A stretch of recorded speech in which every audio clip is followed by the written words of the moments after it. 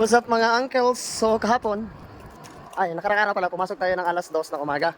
Ngayon naman, uuwi naman tayo ng alas 2 ng umaga. Pasok alas 2, ngayon uuwi naman alas 2. Amazing! So dito sa Japan mga Lodi Cakes, so paswertihan lang talaga dito ng company, no? So hindi talaga dito pares-parehas ng mga experience sa company. Kasi may mga nakikilala din ako dito. So sa company daw nila is ganito, pangit yung treatment. Hindi maganda yung treatment sa kanila, inaaway sila, may mga waroy ng mga Japanese.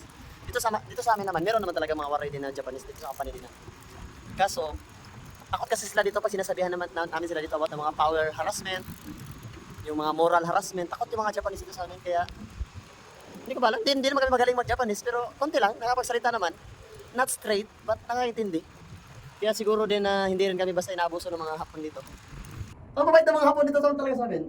Sabihan mo nga sila ng harassment, talagang hindi nga nila pwede pagsabihan yung kasama namin dito na mabaho eh. Kasi baka daw masaktan.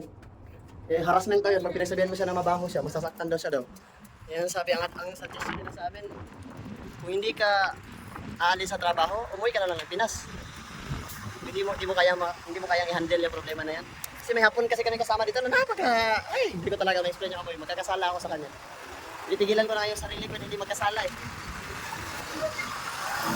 Tara, uwi na tayo mga Lodi Cakes. Tahimik na dito ngayon sa airport, alas 2 ng umaga. Ayan o.